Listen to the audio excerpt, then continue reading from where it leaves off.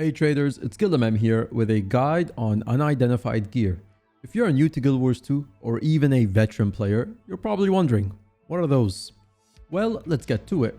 Unidentified gear are drops that were introduced around the Path of Fire expansion. The purpose of these was very simple. They're meant to save space in the inventory for players. They decided to condense the generic gear drops common to all enemies. I mean, I still have inventory problems, but I have a problem. But anyway, the color of the gear represents the type of item rarity you can get. Just in case you don't know them, here is a list. White gear is the most basic one. Then you have blue, known as common, green, known as Masterwork, yellow, known as rare, orange, known as exotic, pink, known as ascended, and finally purple, known as legendary. Just a note that none of the 3 unit gear types drop ascended or legendary gear, but I do have a very small margin of dropping a generation 1 precursor, which are precursors that are used to craft their specific generation 1 legendary weapons. Okay, so back to the gear types. As you can see, we got blue, green, and yellow unidentified gear. Of course, this represents what kind of item rarity you're more likely to get. So let's start with the blue one. Piece of common gear will mostly drop common items with a chance at Masterwork and a very low chance for rares and exotics. Piece of unidentified gear, which I don't know why they don't just name it Masterwork, but anyway, it will mostly drop Masterwork gear with a slightly better chance at rares and a low chance for exotics. And lastly, we have piece of rare unidentified gear, which will drop rare items with a chance at exotics. You will notice that each color of unit gear only drops colors of its tier and above. So if you open the green one, which is Masterwork, you'll never get the common drops, which are blue. And likewise with the rares, you'll never get green or blue items. So after all of that, well, what do you do with these items? Well, there's a bunch of things you can do. One thing, you can take the unidentified gear and sell it directly to the trading post. Right click, pick a price, and list it. Remember, the greedy trading post loves to take a 15% tax. This tax also counts if you sell it to the buy order of other players, otherwise known as instant selling. You could also hover over the price to get the amount you'll receive after the tax. Now that is basically the easiest way to make money off of them. Now there is another method to earn gold, but it's very complicated, and if not done efficiently, it is a waste of time. I'll explain it briefly anyway for those interested. So by now, you know that you can open the unit gears and you'll get a rarity of the same tier or above, or you can right click and open the entire stack. You also might be familiar with salvage kits. Basically, you open the gear and you can salvage the items to gain materials. Now this is much easier said than done. If you need a guide on the unlimited salvage kits and how to use them on the unidentified gear, I'll link that below for you to check out. So let's start with the piece of common unit gear. Blue weapons and armor do not have an upgrade such as a rune or a sigil attached to them. This kind of makes this one easy. You simply take your copper fed kit or any other salvage kit you may have and salvage the items and you'll get some materials. The process does not end here, but let me finish the other 2 types and get back to this. Starting with green gear, however, you get upgrades, and if you do not have a way to remove them, you are throwing away money by salvaging the items with the upgrades. This is the same with yellow and orange gear.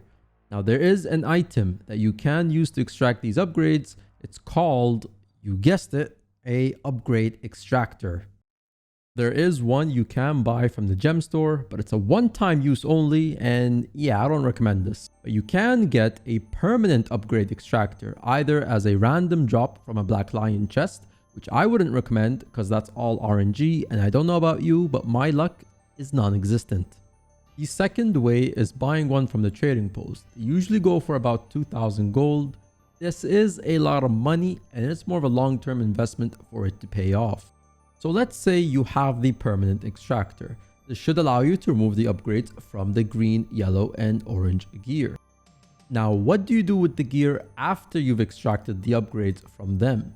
Well, for green, you can salvage with a copper-fed kit. Note, if you do not have the extractor, you want to use a runecrafter's kit here. This is because of its high chance to also salvage the upgrade with the gear. A rune crafter though does take 30 copper per salvage, and that is why if you do have the upgrade extractor, you can just use a copper fed on greens because you've already extracted the upgrade. And the copper fed only takes 3 copper per salvage, so you'll save a lot of money here. For yellow gear, after extracting, you can salvage with the silver fed kit, which costs 60 copper per salvage, and besides the materials, you'll also get globs of ectoplasm. Orange gear, you've got some options. You could extract the upgrades and put the exotics into the forge for a chance at precursors. You could salvage the gear if you don't want that chance. You could also sell the superior runes or sigils you get from the orange gear once extracted, if they are popular with the current builds in the game. You can even combine the items and craft something out of them, or you can just sell the orange gear as is with its upgrade. Note that once you extract the upgrade, this won't allow you to sell the gear anymore. You'll only be able to sell the upgrade. Now remember when I said I'll get back to what do you do with all these materials you get from salvaging? Well, I hope you're still watching. Materials, you can refine them into higher tiers. They can be combined into recipes used to craft other items, which might be good to sell. Sometimes the materials don't need to be upgraded or combined either. You could just sell the basic material as is. But what about the upgrades? You have to do the same here. Find out if you can combine them for recipes and craft something. Salvage them, vendor them, throw them into the forge, etc. You have to go through them all and see what works for what. The options are more or less the same, but which ones you use depends on their market condition and the profitability you get out of them. And again, that could be the prices of the unidentified gear themselves. It could be the prices of the materials. It could be something that's changed in the game and made something popular from these materials or upgrades, etc. You have to find out what is going on in the market for you to make that decision. Now here's the issue with salvaging and extracting over just simply selling the unidentified gear on the trading post. First, you need a lot of space to do this, and I mean you need to clear a minimum of 8 to 10 bank tabs and also have a character with 320 bag slots. This also means you need other storage characters dedicated for all the items you'll be processing after. Second issue, for this to be profitable and worth the time it takes, you need to be going through 10,000 bags an hour, and that's just the minimum amount. That's 40 stacks for those lazy to divide. Now you can see it will be annoying to have to extract the upgrades one by one and then after that go through the salvaging process. You can set up a macro that can sort of help you with this and speed the process. You have to make sure, and I cannot stress this enough, it must obey Arenanet's TOS. Please read this page carefully before doing any of this, and I'll link it in the description. Third problem, well, you also need a lot of gold to keep this going. Lastly, you also need to track everything, and the best way is by spreadsheeting the muck out of this. Yeah, you thought you left school, nah, it's here in Guild Wars 2. Reason for this is because processing units is not always profitable. These items you go through can change in price almost every day, and if you're not tracking the prices of the units you're buying and the items that you're getting out of them, you won't know where the profit is, what items you should be selling versus forging, which ones to salvage, which ones to vendor. It's not the same process every time, as I said. It can change, and if you're dealing with thousands of these, a copper can make the difference. You may end up losing a lot of your gold and, more importantly, your time.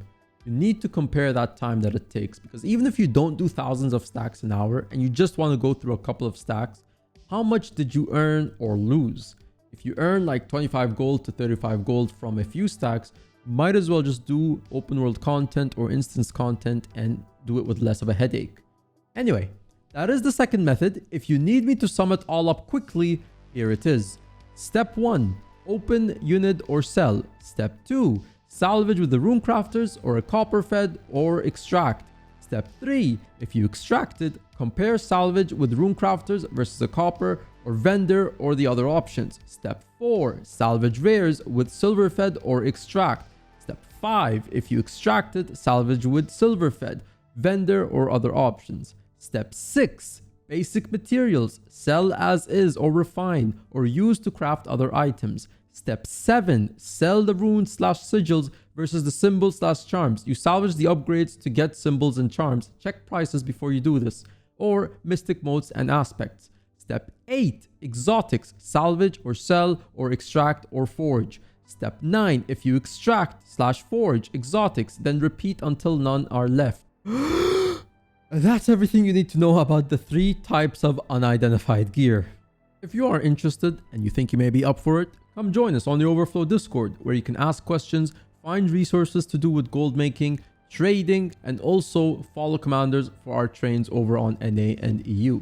If you simply want to sell your unidentified gear, again, you can go to the trading post in the game, or again in the Overflow Discord, where some of the big buyers are known to pay 100% of the price sometimes. Make sure you check out our trade rules and read them carefully before you start trading. There's no shame in just selling the units and being done with it. The second method is not for everyone, and that's okay. But if you do want to get into processing, analyzing the data you get, and experimenting until you find out how it works for you, go ahead and don't be afraid to ask us questions on Overflow. But that's it for this video. Please like and comment if you have any questions or simply want to give your own input. If you enjoyed the video, consider subscribing. And if you have any other questions, you can catch me on twitch.tv/guildmm. But until then, thank you for watching, and I'll see you when I see you. Take care.